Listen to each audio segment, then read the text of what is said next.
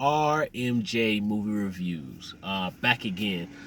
This is not a movie review. This is just I just heard some unfortunate news that John Singleton, director of Boys in the Hood, Poetic Justice, Higher Learning, the original Shaft reboot from 2000, has passed away today. Apparently, he had a stroke. I'm not sure when the stroke was. Um, he was on life support, and I guess they pulled the plug on him today. Man, I just I'm telling you, y'all. John Singleton was one of the many um, filmmakers that inspired me as a black man to want to even make films. All those guys from that era. We all know the group. Townsend, Spike, Van Peebles, everybody, Bill Duke, all those guys, all of those directors from that 1980s up and through the 90s, black male directors. He is one of, and I will say, just for my personal taste, they're two of my favorite directors of all time, and John Singleton is one of them, and the other one is John Carpenter. The two Johns, John Carpenter and John Singleton, are my favorite movie directors of all time. Uh, I obviously I love John Carpenter because of the way he crafts suspense, and he can put kind of a unique, distinct aura, and just there's a air of menace he can put in his films with very, very little. John Singleton, one of the reasons John Singleton is my favorite director is simply because John Singleton, the way he writes black characters is so authentic. It's just so, well, I say he's a black man, but it just, his characters in all his movies feel so real. And that was one of the things I always loved about, like, particularly Boys in the Hood, Poetic Justice. Higher Learning is heightened a little bit, but still overall, those characters in that movie are very real in these extreme circumstances. I always felt the sense of reality in the characters in his film. Not, the circumstances, they're films, so they're it's dramatic license and all of that. But as far as the actual characters of his films, they were always so real to me. And I think nothing was more realer than the relationship between Cuba Gooding Jr. and at the time he was Larry Fishburne in Boys in the Hood. That to me was the most authentic relationship between a father and son put to film, in my personal opinion, and in particular with young black males. And I really appreciate the fact that John Singleton put on film a positive relationship between a black man and his black son. There are good black fathers out here. There's a lot of them, and I know I grew up.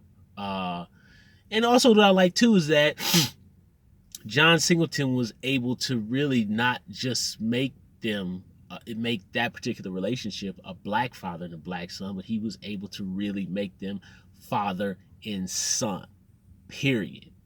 So if you just took away all that, their relationship was strong as father and son. And in particular, around that time, of course, and this is no disrespect to Bill Cosby. I'm not talking about that other stuff, but Bill Cosby did open the door of putting positive images, and he did a lot for black people. I'm not talking about that other stuff, But the Cosby Show was distinctly well-to-do black people as it was perceived. But what I very much admired about Singleton was Singleton was able to kind of take out the well-to-do part and just make them just everyday folk, everyday folk. The movie is heightened. It's titled Boys in the Hood, so it is a particular facet of folks who are in hood settings, but really you watch that film, it's the genuine father and son relationship, and I think that relationship between Lawrence Fishburne and Cuba Gooding Jr. in Boys in the Hood is one of the most powerful father son relationships I've seen put to film. In particular, like I said, with a black father and a black son, and I always really had a lot of respect for John Singleton for putting that relationship on film because, I just don't think there is enough of that. And even at the time, there was none of that. So John Singleton, I've always admired him. I love his commentaries. To my understanding, I think the last commentary that I remember him doing might have been Too Fast Too Furious was the last one I remember, and I like Too Fast Too Furious, guys. Sue me. It's dumb fun, but I enjoy it.